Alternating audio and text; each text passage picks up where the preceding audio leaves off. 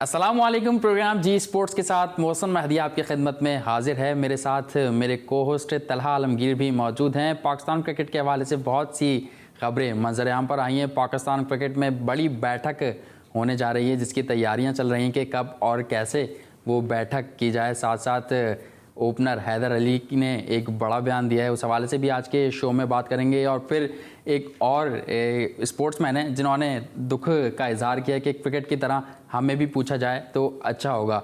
तो सबसे पहले तो अपनी टॉप स्टोरीज की जानिब चलते हैं, फिर शो का आगाज़ करेंगे। मिसबाउल हक को हमें अपने मुस्तकबिल और जिम्बाब्वे सीरीज का प्लान बताना होगा। हम भी मिसबाह की एक साल की कारकर्दगी का जायजा लेना चाहते हैं। वसीम खान। नेशनल टी20 कप का दूसरा मरहला कल से रावलपिंडी में शुरू होगा। पीसीबी ने खिलाड़ियों और स्पोर्टिंग स्टाफ को होटल में फैमिली से मिलने की इजाजत दे दी। बायोसिक्योर बबल का हिस्सा बनने वाली फैमिलीज के लिए कोविड-19 प्रोटोकॉल्स पर मुकम्मल अमल दरामद लाजमी होगा।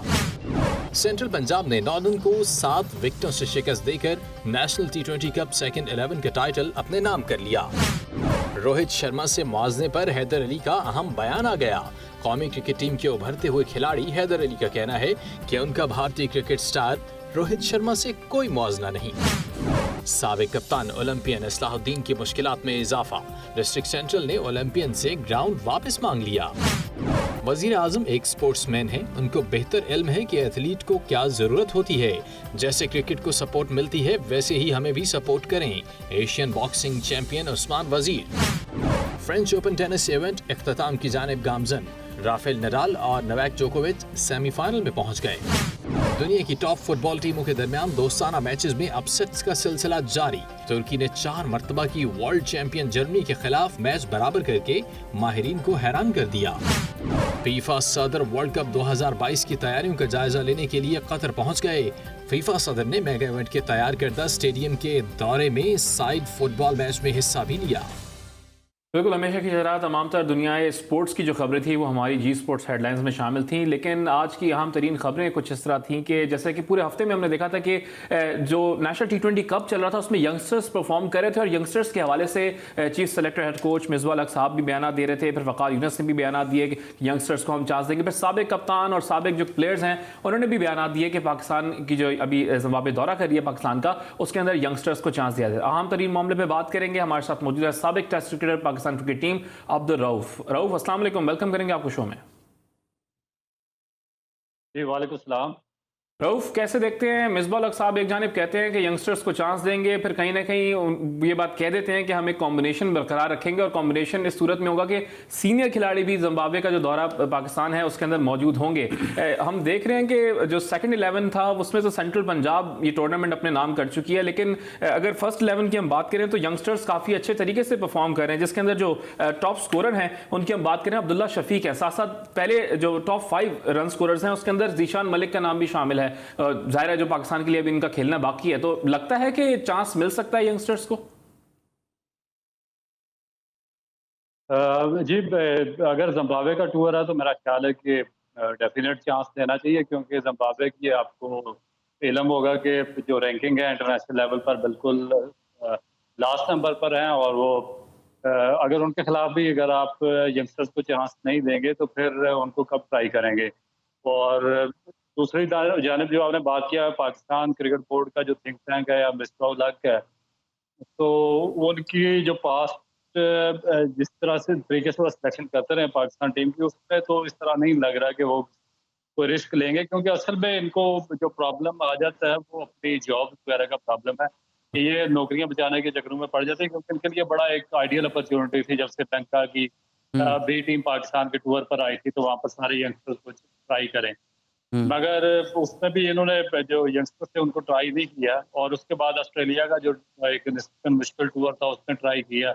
उसके बाद इंग्लैंड में भी इन्होंने जो सारे जो सीनियर प्लेयर्स थे उनको ट्राई किया है। तो अभी ये एक्सपेक्ट तो यही किया जा रहा है कि ये जो जितने यंगस्टर्स हैं जिन्होंने 2020 में परफॉर्म किया है तो उनको चांस मिलेगा। देखते हैं कि सिलेक्शन कमेटी अपनी बात पर कायम है।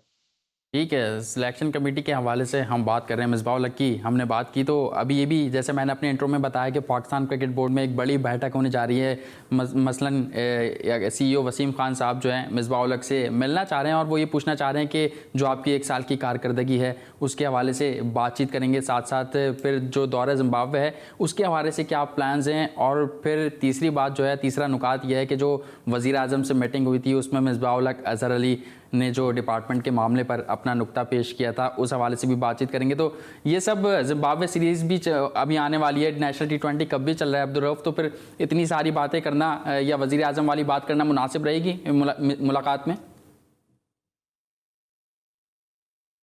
देखिए, वज़ीर आज़म से बात अगर इन्होंने करनी थी तो इनको बात 1 साल पहले करना चाहिए था, जब टोटल जो डिपार्टमेंट्स हैं उनका किरदार खत्म कर दिया गया था पाकिस्तान की क्रिकेट में से। और 1 साल से जो जितने भी डिपार्टमेंट है पाकिस्तान के, वो किसी किस्म की किसी भी उन्होंने क्रिकेट जो है उसमें पार्टिसिपेट नहीं किया है। और इसमें कोई 1-2 डिपार्टमेंट नहीं है, ये चीज़ देखनी पड़ेगी कि आपके पास 12 फर्स्ट क्लास के डिपार्टमेंट्स हैं, उसके बाद आपके पास 25 ऐसे एस्टेब्लिश्ड डिपार्टमेंट थे जो ग्रेड 2 खेलते थे। उसके बाद जो उनसे रिलेटेड छोटे डिपार्टमेंट थे जिनकी कोशिश थी कि किसी तरीके से वो ग्रेड 2 में पार्टिसिपेट करें और उसके बाद ग्रेड 1 में आए, उनकी तादाद भी 40-50 के बराबर थी। तो एक लार्ज नंबर ऑफ जो ये यूथ थी पाकिस्तान के क्रिकेटर्स थी, उनको एक अपॉर्चुनिटी मिल रही थी और उनको कम से कम उनका एक मायशी या रोजगार उसके साथ वाबस्ता था। तो यकलख्त उन्होंने खत्म कर दिया है। अब मैं क्योंकि उस जो पहली मीटिंग थी जिस डिपार्टमेंट को हम्म। सिस्टम से आउट किया गया था, तो उसमें मिसबा भी मौजूद थे। तो वो सही। उसके बिल्कुल पार्ट एंड पार्सल थे और जितने भी एक्स प्लेयर्स हैं वो भी पार्ट ऑफ पार्सल थे सिस्टम का। मगर जब वो सिस्टम फ्लॉप हो गया और एक पाकिस्तान की हिस्ट्री का सबसे बेहतरीन जो सिस्टम देखने में आया, जो लास्ट इन्होंने फर्स्ट क्लास टूर्नामेंट का करवाया था, उसके बाद अब इनको एकदम डिपार्टमेंट्स की मोहब्बत जाग पड़ी है। तो हम्म। मेरा ख्याल है कि इसमें भी थोड़ा-सा कोई आइश था कि कोई अपना इनके प्रॉब्लम थे या अपने मसाइल थे जिनके लिए ये वज़ीर-ए-आज़म को मिलने गए हैं। अच्छा, जो अहम बैठक की मोहसिन बात कर रहे हैं ना रऊफ़, अहम बैठक में वसीम खान साहब ने रिसेंटली खुद भी ये बयान दिया था कि वो खुद भी बात करना चाहते हैं मिसबाह उल हक के 2 ओहदों से मुतल्लिक। अब तो साबिक कप्तान भी कह चुके हैं कि एक ओहदा उनको छोड़ देना चाहिए, कुछ तो ये भी कह रहे हैं कि शायद दोनों ओहदे उनको छोड़ देने चाहिए। लेकिन मिसबाह की रिसेंट बातचीत से जो उन्होंने की है उससे लगता नहीं है कि वो छोड़ने का कोई प्लान उनका है, क्योंकि वो तो काफ़ी लंबे अरसे का 2-3 साल का प्लान लेकर वो आए हुए थे। तो आपको लगता है कि Misbah needs to step down either from the position of head coach और maybe from the chief selector, क्योंकि दोनों ओहदों में तजाद होता है, तभी शायद परफॉर्मेंस आती है, तभी शायद कोई नया खिलाड़ी उभर कर सामने आता है। जी बिल्कुल, क्योंकि मेरा नहीं ख्याल कि इसका कोई भी ओहदा छोड़ेगा, क्योंकि पाकिस्तान की एक रीत है क्रिकेट की कि जिसको भी पाकिस्तान क्रिकेट बोर्ड में लाया जाता है वो अपने आप को वन मैन ही साबित करना चाहता है और सारा जो पावर है और जो चीज़ है वो उसको एंजॉय करना चाहता है। तो मेरा नहीं ख्याल कि मिसबाह इस ओहदे को छोड़ेगा। और दूसरा, जहाँ तक आपने वसीम खान की बात की है, तो उनकी भी कोई बयान की इतनी वक़्त तो नहीं है, क्योंकि वो क्या पूछेंगे मिसबाह से उसकी परफॉर्मेंस का। आपको नज़र नहीं आ रहा परफॉर्मेंस? श्रीलंका की चौथे दर्जे की टीम पाकिस्तान को व्हाइट वॉश करके चली गई पाकिस्तान में। हम्म। पाकिस्तान ऑस्ट्रेलिया से टेस्ट भी हार गया, वनडे भी हार गया, उसके बाद इंग्लैंड में व्हाइट वॉश किया पाकिस्तान। वनडे में भी टेस्ट भी हार गया है, 20 को मुश्किल बराबर हो सकता है। तो अब क्या पूछना चाह रहे हैं उनको बताकर? इसका मतलब है कि पाकिस्तानी कौम को बेवकूफ अच्छा रऊफ, बनाना चाह रहे लग हैं भी वो तो यही रहा है ना कि वो अपने डिसीजंस पे खुद नहीं रह पा रहे, क्योंकि जिस तरह अभी आपने जिक्र किया ऑस्ट्रेलिया के दौरे की, तो ऑस्ट्रेलिया के दौरे पे जब जा रहे थे मिसबाह उल हक साहब, तो उन्होंने ये प्रेस कॉन्फ्रेंस की थी कि हम अब माजी में नहीं देखेंगे, हम कोई हफीज, कोई मलिक, कोई वहाब रियाज, मोहम्मद आमिर नहीं होगा। लेकिन अब हम देखते हैं 1 साल बाद वो सभी को सेलेक्ट करके टीम के साथ दौरा इंग्लैंड पर ले जाते हैं। एग्जैक्टली यही बात है ना कि ये कोई नई चीज नहीं है। ये जो जिन्होंने नया नया क्रिकेट को फॉलो करना शुरू किया उनके लिए तो ये एक डिफरेंट चीज हो सकती है ये स्टेटमेंट। मगर जो हम लोग 25-30 साल से जो सिस्टम के साथ वाबस्ता है, हम तो हर 2-3 साल बाद जो भी कोई चेंज आती है, जो भी लोग आते हैं सिस्टम में, उनकी इस तरह के स्टेटमेंट देखने को मिलती है और हम इस चीज के यूज हो चुके हैं। क्योंकि आप हम्म। देखें कि अगर आपने सीनियर प्लेयर्स लाना भी है तो आप कम से कम पाकिस्तान ने इन्वेस्ट किया अगर 20-30 साल शुएब मलिक हफीज जी। थे या वहाब रियाज थे, तो उनको कौन सा फॉर्मेट खेलना चाहिए टेस्ट क्रिकेट या वनडे, वहाँ पर नौजवान यंगस्टर्स हैं उनको तैयार करें और उनको सिखाएं। अब ये कौन सा तरीका कि आपने T20 क्रिकेट में 40-40 साल के बंदों को उठाकर खिला रहे हैं? दुनिया में हम्म। कहीं भी ऐसा नहीं होता। इसका मतलब है कि आपका जो स्ट्रक्चर है टोटल फेल हो चुका है। और मिसबाह उसके सबसे ज्यादा रिस्पॉन्सिबल इसलिए है कि पिछले 10-12 साल से वो पाकिस्तान क्रिकेट की आल इन आल है और पाकिस्तान टीम की बात की आती है। अगर वो ये 4-5 जो 40 साल के लोग हैं इनका जो रिप्लेसमेंट तैयार नहीं कर सके, तो उसके बाद वसीम खान जैसे लोगों ने आके उनके हाथ में सारा पाकिस्तान क्रिकेट की बागडोर दे दी, तो यार सोचे समझे तो उसका रिजल्ट यही निकलता जो भी निकल रहा है। ठीक है, हार या शिकस्त के बाद रिवायती स्टेटमेंट सुनने को मिलते हैं। अब्दुल रऊफ ये फरमा रहे थे। एक कॉलर हमारे साथ मौजूद है। कौन सा, आप कहाँ से बात कर रहे हैं, क्या कहना चाहेंगे? अस्सलाम वालेकुम, कौन सा बात कर रहे हैं, कहाँ से? मेरा ख्याल है राब्ता मुनक़ता हुआ हमारा कॉलर से। मिसबाह उल हक के हवाले से हम बात कर रहे थे। अब्दुल रऊफ, मैं आपसे जानना चाहूँगा कि इंटरेस्ट का जो कॉन्फ्लिक्ट होता है वो पिछले साल हमें देखने में आया कि मिसबाह उल हक को पाकिस्तान क्रिकेट बोर्ड ने एक तो क्रिकेट बोर्ड से 2 ओहदों की बल्कि 3 ओहदों की तनख्वाह वो ले रहे थे, क्योंकि यूनुस खान तो अभी हाल ही में आए।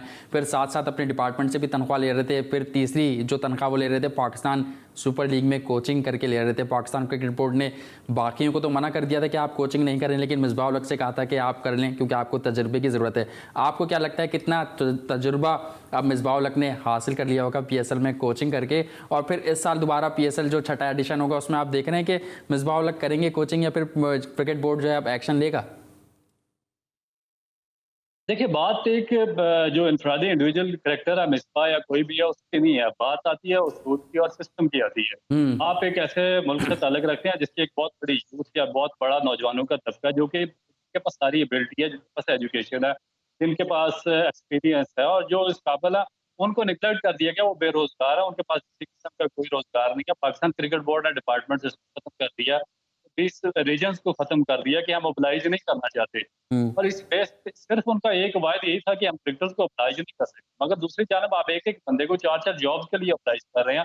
और सबसे जो शर्मनाक तरीन बात पाकिस्तान क्रिकेट बोर्ड के लिए ये है कि आप कॉन्फ्लिक्ट ऑफ इंटरेस्ट जिसकी आपने बात की है वो है। आप देखें कि बिस्वा क्रिकेट कमेटी में शामिल थे, वहां पर उन्होंने जब जो साबका कोच है पाकिस्तान के मिकी आथर, उनको जब स्टेप डाउन करवाया है तो उसके बाद किसी भी जो इखलाकी दायरे में उनकी हैसियत नहीं बनती थी एज ए हेड कोच वो इनको रिप्लेस कर रहे हैं, क्योंकि उस कमेटी में शामिल थे जिसने मिकी आथर को निकलवाया था। मगर उसके बाद उनका हेड कोच बनना बड़ा एक सवालिया निशान है। उसके बाद अभी आप जो रिसेंट अपॉइंटमेंट देखें अली नकवी है, वो पाकिस्तान क्रिकेट कमेटी में बैठा हुआ, उसने पिछले साल अपने आप को जितने भी टॉप के मैचेस थे पाकिस्तान में उनमें उसने मैच रेफरी लगवाया और अब उसने एलीट पैनल के लिए अपने आप को नामजद करवा दिया।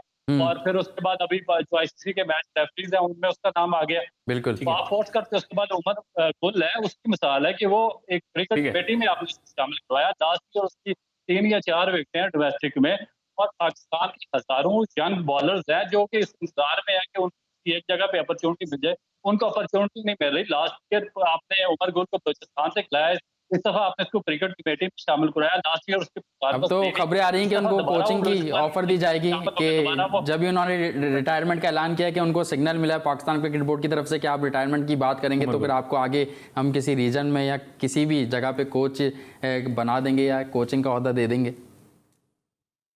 देखिए, मेरा इस बात पे तो मेरा बिल्कुल कोई बात ही नहीं करता कि उसको कोच बनाएं या उसको हेड कोच बनाएं या उसको पाकिस्तान क्रिकेट बोर्ड का चेयरमैन बना दें या वसीम खान की जगह उसको चीफ एग्जीक्यूटिव लगा दें, उसको जो मर्जी लगाएं, मगर कॉन्फ्लिक्ट ऑफ इंटरेस्ट नहीं होना चाहिए कि आपको क्रिकेट कमेटी में बैठा शख्स अपने आप को रीजनल टीम में सेलेक्ट करवा रहा है या अपने रेफरीज के एलीट पैनल में सेलेक्ट करवा रहा है या अपने आप को हेड कोच बनवा रहा है। इस तरह तो दुनिया के किसी मुल्क में नहीं हो रहा। वर्स्ट एग्जाम्पल सेट कर रहे हैं आप पूरी दुनिया के लिए। आप थोड़े अरसे के लिए आप सबको बना सकते हैं, मगर आप हमेशा के लिए आप इस तरह के जब काम करेंगे ठीक है पूरी दुनिया में। ठीक है, मिसबाह के 2 ओहदों पर हम लोग बातचीत कर रहे हैं ना, लेकिन जिस तरह के मोहसिन ने 3-4 जॉब्स उनकी गिनवाई, इस पर भी बात करेंगे कि एहसान मानी ने भी एक अहम तरीन बयान इस मामले पर दिया था। कॉलर हमारे साथ मौजूद है जी। अस्सलाम वालेकुम, कौन सा बात करें, कहाँ से? सर अशरफ बात कर रहा हूँ कराची से। ठीक है, क्या सवाल करना चाहेंगे आप रऊफ से? सवाल मेरा ये था कि हमारे मुल्क के साथ ये क्या हो रहा है कि जिस बंदे की टीम में जगह नहीं होती वो सब चीज समझवाने नाल होता है। ऐसा क्यों होता है? हमेशा से मैं क्रिकेट को फॉलो कर रहा हूँ 92 से, तो मुझे ये समझ नहीं आई। मिसबाह जो है वो जगह नहीं थी एक वक्त उस टीम में, लेकिन अब वो कैप्टन बन गया, पता नहीं आज वो कोच भी है, हेड कोच भी है और हर चीज उसके हाथ में है। तो ये हमारे मुल्क की बदकिस्मती ही कह ले, लेकिन आप लोग जरा राय दें कि ऐसा क्यों हमेशा से या ये हमेशा। इस पे अशरफ हम बात करते हैं। एक और कॉलर हमारे साथ मौजूद हैं जी। अस्सलाम वालेकुम, कौन सा बात करें, कहाँ से? मैं कराची से, अस्सलाम वालेकुम। मैं कराची से वालेकुम रियाज बोल रहा हूँ। रियाज, क्या सवाल करना चाहेंगे आप? जी, मैं ये कहना चाह रहा था कि जो रीजनल क्रिकेट के हवाले से बात करना चाह रहा हूँ कि हमारी डोमेस्टिक क्रिकेट होती है, अब यहाँ पर जितने भी क्रिकेटर्स हैं उनके रोजगार को खत्म कर दिया गया है, यानी डिपार्टमेंट को खत्म कर दिया गया है, जिससे हमारे क्रिकेटर्स को तो माली तौर पर तो बहुत शदीद नुकसान पहुंचा है। अब भाई ये समझ में नहीं आती कि रीजनल क्रिकेट मतलब शहरी क्रिकेट जो है उसमें जो एसोसिएशन बनी, इनके पास तो पैसा भी नहीं है वो ऐसा। ठीक है, एसोसिएशन नया सिस्टम जो अब आया उस पर हम बात करेंगे। एजाज, बहुत बहुत शुक्रिया कॉल करने के लिए। अब्दुल रऊफ हमारे साथ मौजूद होंगे, मोहसिन मेहदी हमारे साथ मौजूद होंगे। एक ब्रेक लेंगे, ब्रेक से वापस आएंगे तो कुछ इन सवालात का जवाब बात करेंगे इस पर।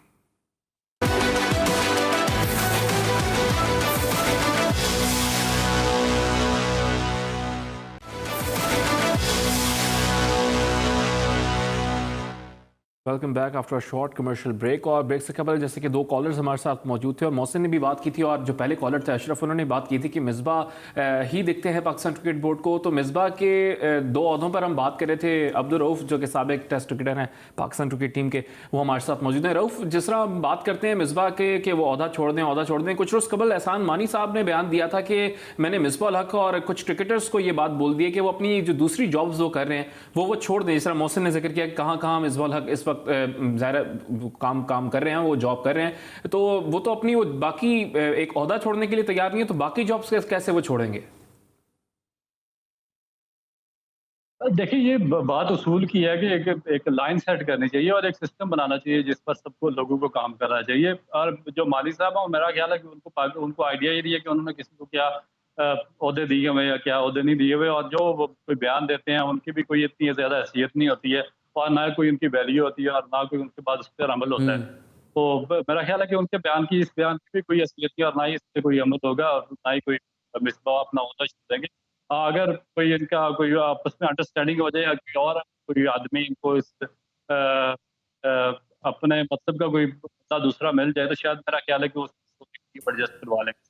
ठीक है, मिसबाह उल हक के हवाले से और पाकिस्तान क्रिकेट बोर्ड के हवाले से हम बात करते रहेंगे।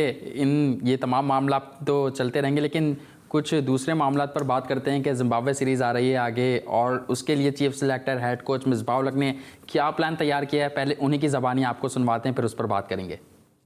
फिर जो परफॉर्मर है इस नेशनल T20 में, उन ऑप्शंस को भी देखेंगे और बैठ के सोचेंगे कि कैसे कैसे हमने लेके चलना है। हमने कोई अगर यंगस्टर को खिलाना है, अपने कॉम्बिनेशन को और बेहतर करना है, तो क्या चेंजेस कर सकते हैं। कि तो हमारे डोमेस्टिक टूर्नामेंट क्योंकि 25 से फर्स्ट क्लास स्टार्ट हो रही है, हमने सोचा कि कैसे हम जो है मिनिमम रखें उसको, ताकि लड़के वो खेल सके, बट बायोसिक्योर बबल और उसकी वजह से, और फिर इंटर स्क्वाड हमें वनडे काफ़ी अरसे से नहीं खेला, उसकी प्रैक्टिस करनी है। तो 24 और 26 को एक रखा हुआ है मैच मुल्तान में, तो उसकी वजह से मेरा 22 या 23 लड़के अनाउंस करने पड़ेंगे ताकि हम वो प्रैक्टिस मैच भी खेल सकें।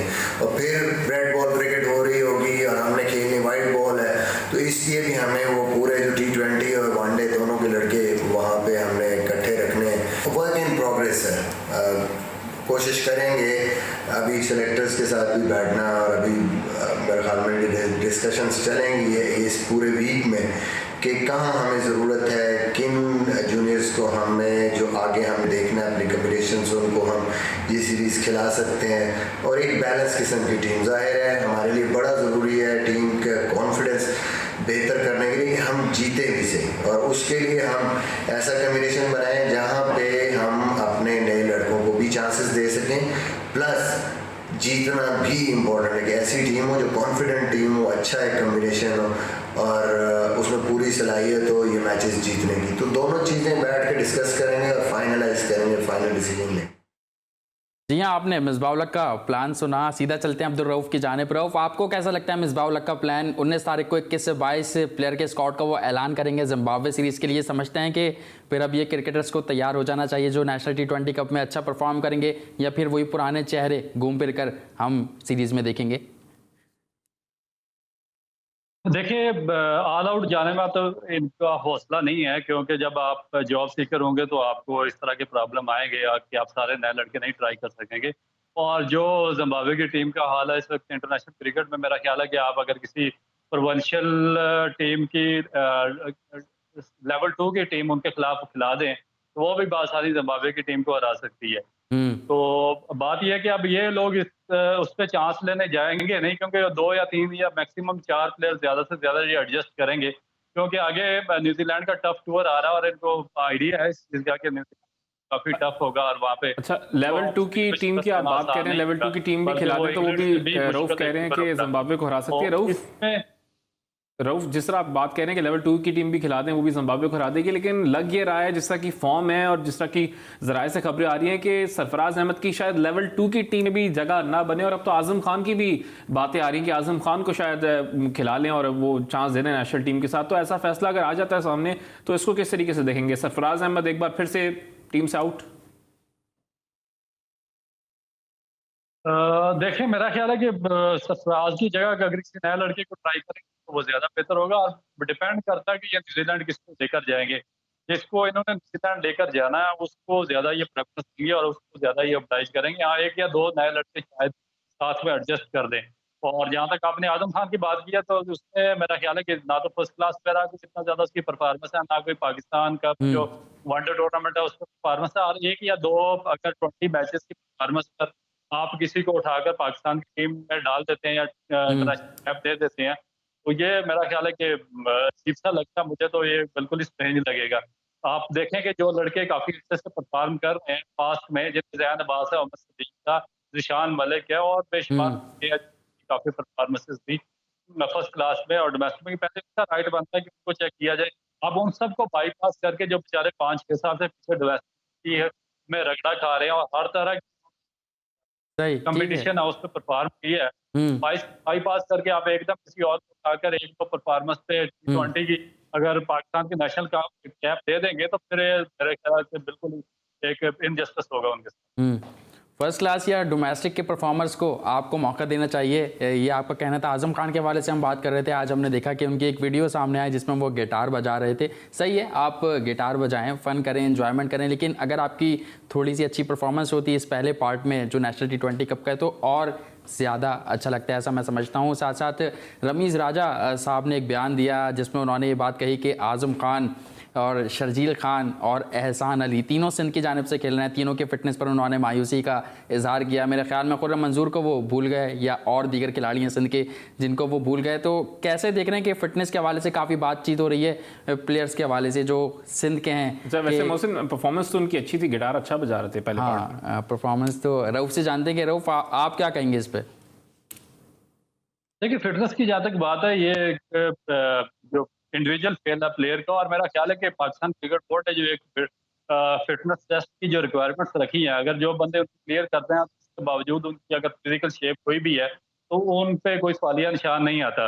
अगर आप जो एक रिक्वायरमेंट्स है फिटनेस की अगर उनको क्लियर नहीं करते तो उसके बावजूद आप किसी भी जो फर्स्ट क्लास टीम है, क्योंकि आप तो इतनी ज्यादा टीम नहीं है, 5-6 टीमें, और आप हाईली पेड कर रहे हैं उन पर प्रोफेशनल तरीके से उनको ऊपर लेकर जा रहे हैं, तो उसमें तो फिर इन चीजों पर किसी का कोई कंप्रोमाइज नहीं होना चाहिए जो आपने फिजिकल रिक्वायरमेंट रखी हुई है। अगर उन रिक्वायरमेंट को बाईपास करके कोई मतलब किसी जो फर्स्ट 11 का हिस्सा बन जाता है तो फिर इनके जो सारा सिस्टम है उस पर सवालिया निशान आ जाता है। बिल्कुल, फिटनेस की रऊफ हम बात कर रहे हैं तो इससे पहले ये 3 प्लेयर जिनका नाम नहीं है, रमीज़ राजा साहब ने कि मायूसी हुई फिटनेस को देखकर कराची में इमरान ट्रेनर के साथ फिटनेस ट्रेनिंग कर रहे थे, वो उनके फिटनेस ट्रेनर थे, तो उनसे जब पूछा करते थे तो वो कहते थे सब अच्छा है, बहुत अच्छी फिटनेस जा रही है। और फिर शर्जील खान के हवाले से ये बात भी की गई कि हाल ही में योयो टेस्ट दिया उन्होंने और 17 पॉइंट्स हासिल किए। तो फिर ऐसे ट्रेनर की भी पूछगछ होनी चाहिए कि वो कह रहे हैं कि सब अच्छा है, सब अच्छा है, लेकिन जब मैदान में आते हैं, असल इम्तिहान में आते हैं तो फिर कारकर्दगी खुल के सामने आ जाती है। देखिए, अगर तो फिटनेस टेस्ट में उन्होंने बाईपास किया या कोई कंप्रोमाइज किया तो डेफिनेट उस आदमी से क्वेश्चन होना चाहिए जो खिलाड़ियों की फिटनेस का जो जिम्मेदार है और जो टेस्ट क्लियर खिलाड़ियों को इतने बड़े टूर्नामेंट में भेज रहा है। तो अगर तो बाकी उन पे मसला है फिटनेस का तो फिर डेफिनेट उसको पूछना चाहिए, बल्कि पूछना नहीं चाहिए, सहायक करके किसी दूसरे को चांस देना चाहिए। और अगर उन्होंने बाकी फिटनेस टेस्ट क्लियर किया तो फिर इसके बारे में मैं कुछ नहीं कह सकता कि अगर फिटनेस टेस्ट इतना टफ फिटनेस टेस्ट को क्लियर करके आए हैं और अगर आगे जो मेन स्ट्रीम टूर्नामेंट का 20 ओवर्स का मैच है जिसमें आपको मुश्किल 3 या 4 ओवर्स करने होते हैं और जिस फील्डिंग करनी होती है, तो उसमें भी अगर आपकी फिटनेस सही है हालत फिर क्वेश्चन मार्क पाएंगे। ठीक है, फिटनेस पर हम बात करें। कॉलर भी हमारे साथ मौजूद हैं। जी अस्सलाम वालेकुम, कौन सा आप बात करें, कहाँ से? वालेकुम सलाम, यावर बात कर रहा हूँ रावलपिंडी से। यावर बात करें रावलपिंडी से। यावर क्या सवाल करना चाहेंगे रऊफ से? मैं सवाल ये करना चाहूंगा रऊफ भाई से कि मैं अपना छोटे लेवल पे क्रिकेट हमने खेली है, ठीक है, हमने क्लब लेवल पे खेली है, लेकिन अगर मैं अपनी बात करूँ तो मैं अगर बॉल स्विंग हुआ तो शेप कर लिया, शेप भी कर रहा हूँ। मतलब ये कोचिंग के लेवल बैठा हुआ है हमारा स्टाफ, इतना पैसा ले रहे हैं, ये किस तरह कोचिंग कर रहे हैं? नसीम शाह आपका नया बच्चा है, हसनैन आपका है, वो ठीक है पेस तो निकाल रहा है, तेज तो फेंक रहा है, लेकिन उसको लेंथ का ही नहीं पता। टेस्ट मतलब वकार यूनुस जैसा बंदा बैठा हुआ है जिसने सारी जिंदगी ये काम किए, उसको नहीं पता कि यार मैंने इसको कोच कैसे करना है, इसको लेंथ के ऊपर मैंने अगर इंग्लैंड में लेकर गया हूं तो किस लेंथ पे बॉलिंग ठीक है, बहुत शुक्रिया यावर कॉल करने के लिए।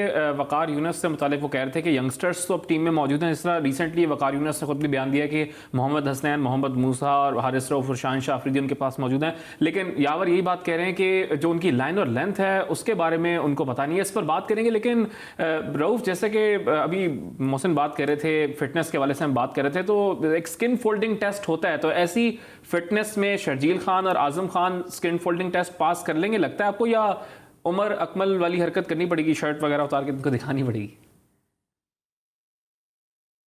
जी कुछ कहा नहीं जा सकता, क्योंकि अगर तो आप वहाँ पर मौजूद हो तो फिर तो आप इस बेहतर तरीके से जज कर सकते हैं, मगर इस तरह आप क्या कह सकते हैं कि पाकिस्तान बल्कि एक ओवर द ईयर्स में लास्ट 25-30 ईयर से जो पाकिस्तान क्रिकेट बोर्ड के साथ जो लोग इन्वॉल्व हैं, ट्रेनर या डॉक्टर्स, उनकी जो परफॉर्मेंस है या जो उनकी फेवरेटिज्म है मुख्तलिफ प्लेयर्स के बारे में, उनके बारे में मुख्तलिफ लोगों की राय आती रही है, और उनकी जो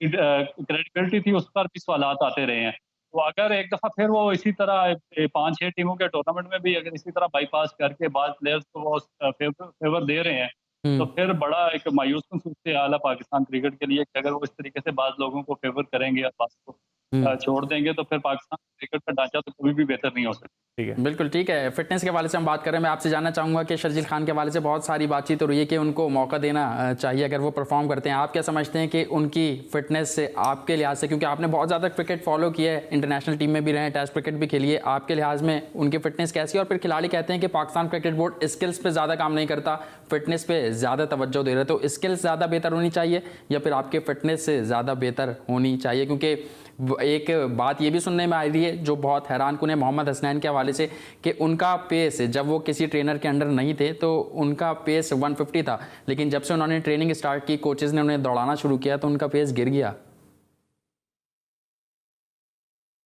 देखिए अभी तक पाकिस्तान क्रिकेट बोर्ड का जो सेटअप है वो इतना मैच्योर नहीं है और उनके पास इतना नॉलेज नहीं है कि किसी भी प्लेयर को तैयार करते हैं और उसका फिटनेस लेवल क्या होना चाहिए, स्पेशली बैट्समैन का क्या होना चाहिए, बॉलर का क्या होना चाहिए और स्पिनर्स का क्या होना चाहिए। ये बाज स्पेसिफिक मसल्स होते हैं, अगर वो हार्ड हो जाए तो फिर उसके बाद आपकी जो पेस है वो कम हो जाती है और आपके लिए दोबारा उस शेप में आना बड़ा मुश्किल हो जाता है।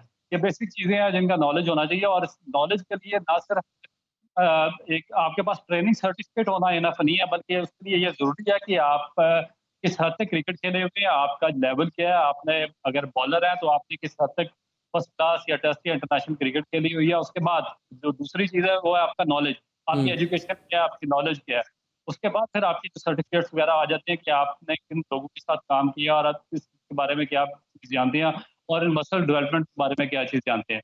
हमारे जो चीज़ बदकिस्मती से काफ़ी अर्से से यहाँ पर हो रही है वो ओबलाइज सिस्टम चल रहा है, यहाँ पर ऐसे ही आकर नौकरी दे दी जाती है, ना किसी की डोमेस्टिक परफॉर्मेंस चेक की जाती है, ना फर्स्ट क्लास में किसी को देखा जाता है इंटरनेशनल में कि किस बंदे की प्रोडक्शन क्या है, किसका म्यार क्या है, किसकी डेवलपमेंट का क्या काम किया और किसका नॉलेज क्या है, एजुकेशन क्या है। जब इन सारी चीज़ों को बाईपास करके आप सर्टिफिकेट पर जाएंगे और सिफारिश पर लोगों को रखेंगे तो फिर इस तरह के रिजल्ट आएंगे। क्योंकि फास्ट बॉलर को हमेशा से ये इशू रहे हैं कि जब आप उनको अकेडमी में 2-4 महीने रखते हैं और उनकी फिटनेस पर काम करते हैं तो उसके बाद ऑटोमेटिकली या तो इंजरी होना शुरू हो जाती है या उनकी पेस गिर जाती है।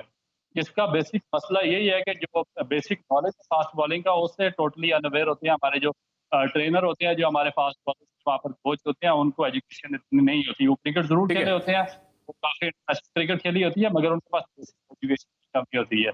उनको नहीं मालूम कि और किस बच्चे पर किस तरीके से काम करना होता है। ठीक है रऊफ, फास्ट बॉलर्स की फिटनेस से मुतालिक हम बात कर रहे हैं। एक शॉर्ट कमर्शियल ब्रेक की जानिब जाएंगे, ब्रेक से वापस आएंगे तो वकार यूनुस की कारकर्दगी जो कि 1 साल कारकर्दगी रही है उनकी पाकिस्तान टीम के साथ, उस पर कुछ बातचीत करेंगे। Will be back after a short break.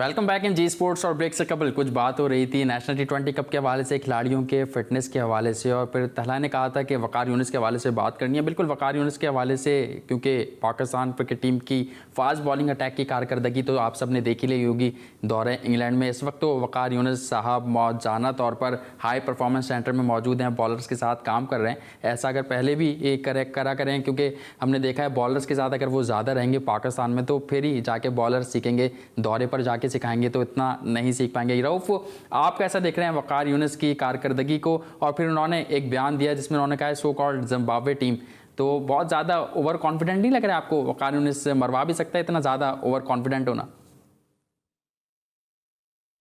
देखिए, मैं इंडिविजुअल की बात नहीं करूंगा, वकार यूनिस की बात मैं उसूल की करूंगा कि जब प्लेयर्स के मामले में इनकी पॉलिसी है कि हम क्रिकेटर्स को ऑब्लाइज नहीं कर सकते, हम उनको आपने उनके डिपार्टमेंट इसलिए बंद कर दिए, आपने उनकी बेस रीजनल टीमें इसलिए बंद कर दी कि आप कह रहे हैं कि हमने क्वांटिटी की बजाय क्वालिटी आगे ला दी है और हम यूनिकली सिस्टम चलाना चाहते हैं ऑस्ट्रेलियन तर्ज पर।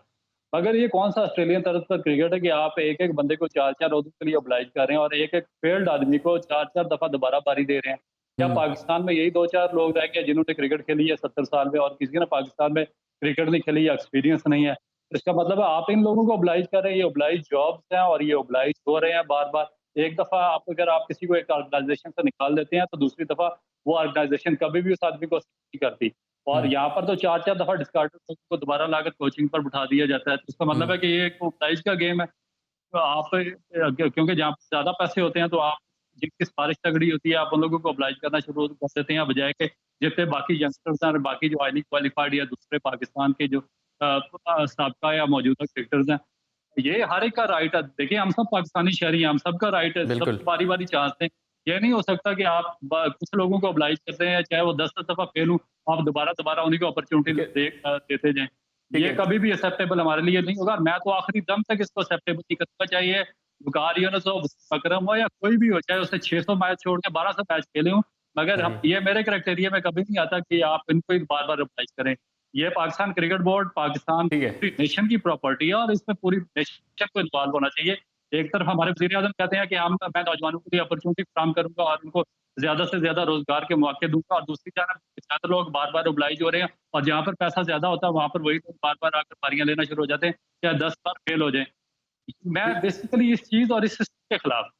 ठीक है, एक ही प्लेयर को, एक ही कोच को बार बार तैनात किया जाता है, 4-4 5-5 बार चांसेस दिए जाते हैं, लेकिन उसके बाद भी वो परफॉर्म नहीं कर पाता। तो इशारा तो शायद यही लग रहा है पाकिस्तान क्रिकेट बोर्ड का कि कोई और मौजूद नहीं है। और अब तो खबर ये भी ऑफिशियल हो चुका है कि डेविड हेम्प, जिनका ताल्लुक बरमूदा से है, ऑस्ट्रेलिया के बिग बैश लीग में वो कोचिंग कर चुके हैं, डेविड हेम्प को वुमेन क्रिकेट टीम का कोच मुकर्रर कर दिया गया है। तो इस फैसले को कैसे देखते हैं? हम तो बार बार शो में यही बात करते हैं रऊफ के, क्या पाकिस्तान में कोई बंदा मौजूद नहीं था, कोई कोच मौजूद नहीं था जो वुमेन क्रिकेट टीम पर तैनात कर दिया जाता as a head coach for women cricket team?